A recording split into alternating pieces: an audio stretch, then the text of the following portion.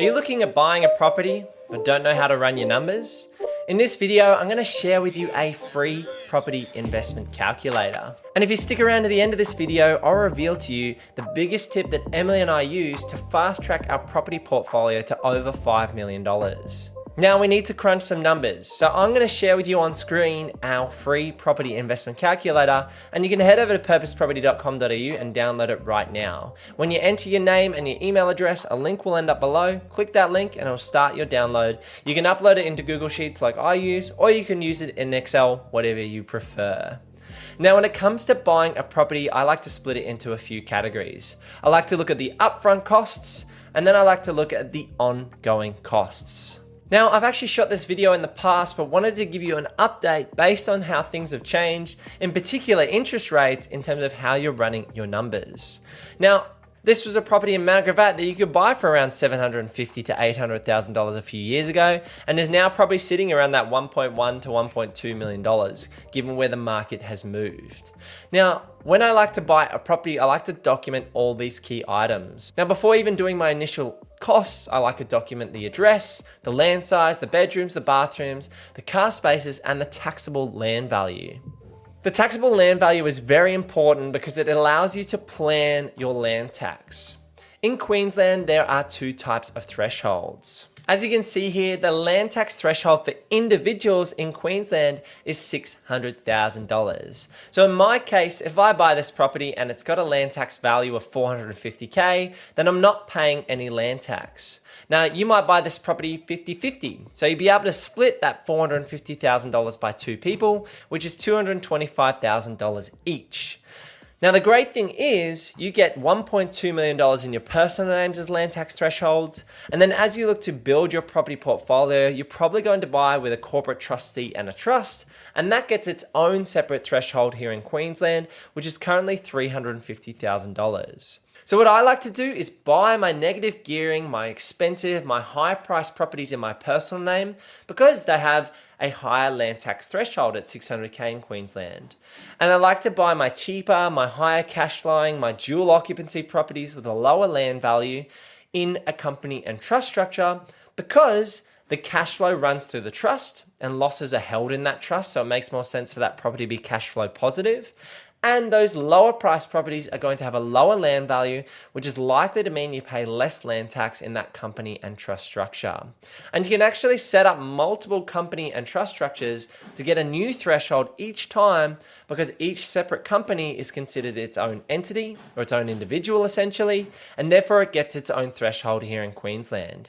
Now, it is different in other states, so make sure you have a chat with your accountant about how this works for you, but this is how I like to think about it. Maximizing your individual and your company and trust structures to play the land tax thresholds to your benefit. The other things I like to check which are critical would be flood prone. Is the property flood prone, or are there any other red flags around the property? And does the property have granny flat potential? That's also very important.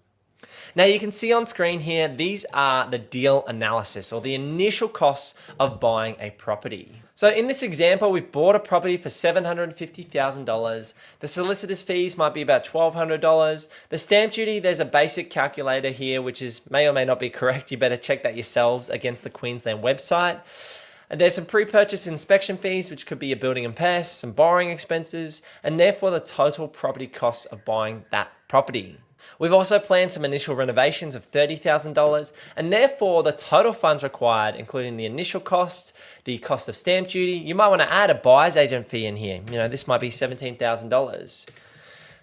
So you've added this costs all together, and therefore you've got total funds required of $826,000 to buy a $750K property. And this is where people talk about the entry and exit costs for property are so expensive, and that's why you should be taking a long-term perspective when you're looking at buying an investment property.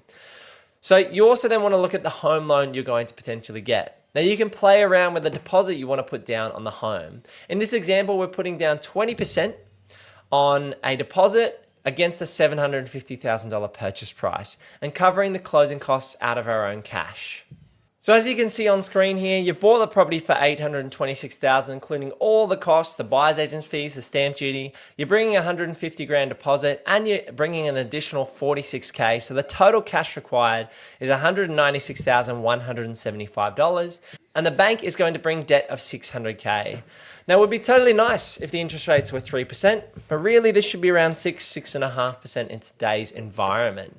And this will give you an LVR of 80%.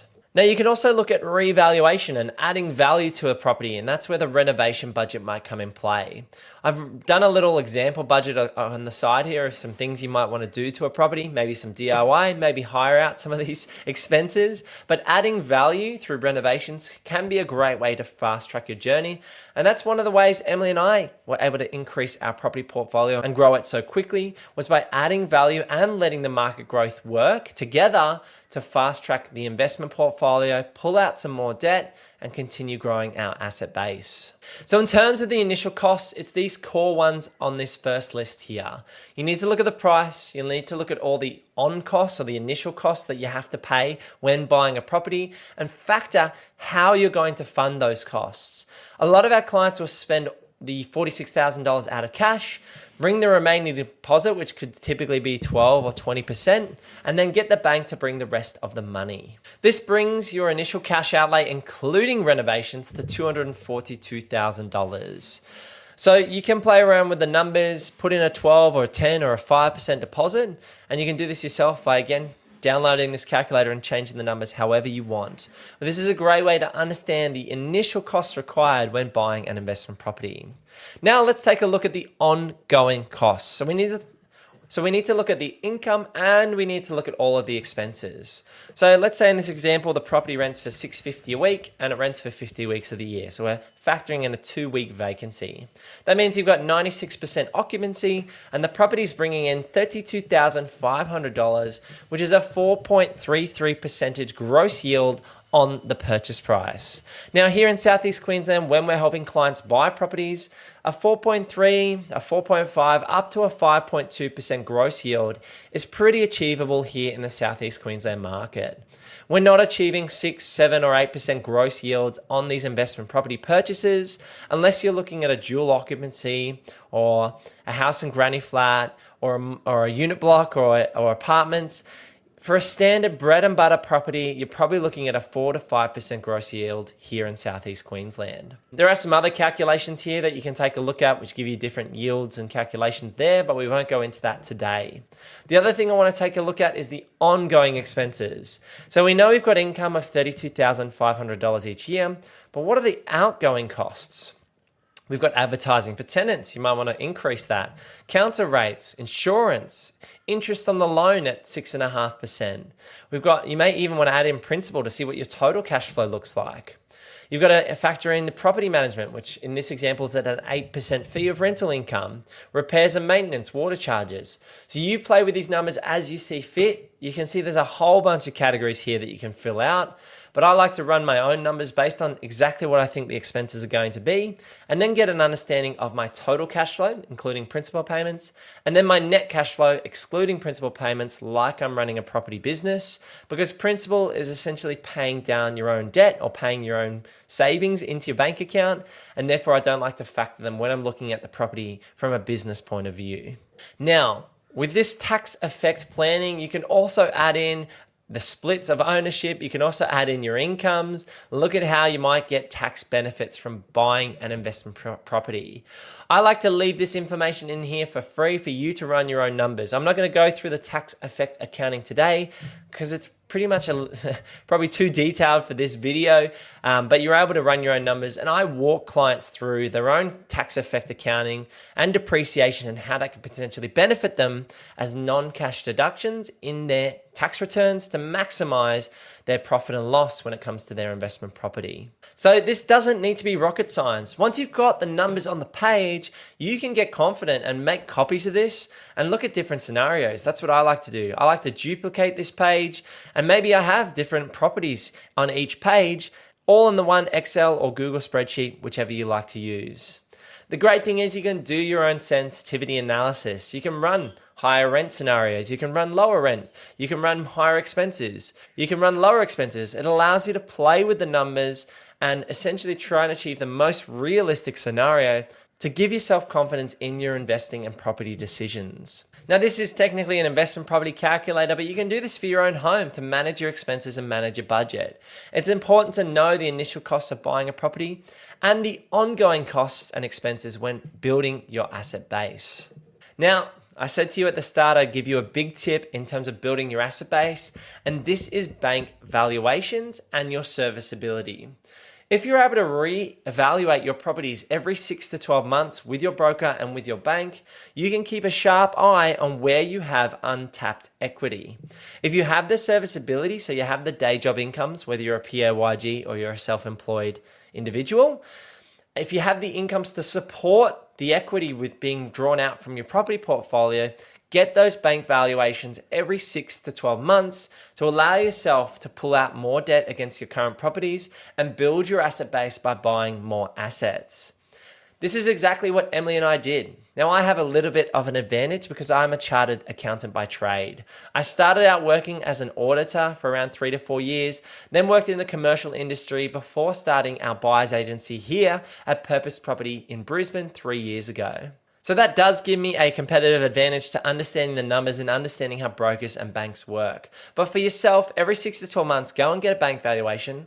Keep a check on your serviceability, so your own household income and expenditure, and whether you can borrow more money to continue building your asset base. I look back on Emily and my journey in building our property portfolio to over the $5 million mark. And in April 2020, we purchased the Baby Queenslander, which I've done some recent videos here on the YouTube channel, which we are now selling. When we bought that property, we bought it for $544,000. We ran these numbers and we added some value. We spent about 30 to 35 grand on the renovations, and then we went and got a bank valuation just 2 months after we finished the renovation and we just tenanted the property, and we were able to pull out $50,000 from the work we'd done to then go and buy the property I'm in right now, which is the triple Gable Queenslander on the south side of Brisbane. If we hadn't taken those steps, if we hadn't crunched the numbers, we hadn't pulled out the debt, and we hadn't bought this property, I wouldn't be standing where I am right now today. So take those steps, run your numbers, have a chat with your broker and your bank about how you can continue growing your asset base and managing those cash flows throughout the process. It is quite tough with interest rates at 6 to 6.5%. So you need to have a balance between capital growth properties and cash flow properties as you build out your asset base. And if you're looking for help and you want to have a chat with myself and you're planning on buying a property here in Southeast Queensland in the next 3 to 6 months, then head over to purposeproperty.com.au. You can book in a free strategy session with myself for half an hour. We're going to sit down and have a chat about your situation, run through your property numbers as it stands at the moment, and how you can get to where you want to be. If you even want to see some recent client purchases where I revealed the addresses of where we're buying here in Southeast Queensland for our clients, click this playlist over here. Thanks for sticking around to the end of this video. I'll see you in the next one.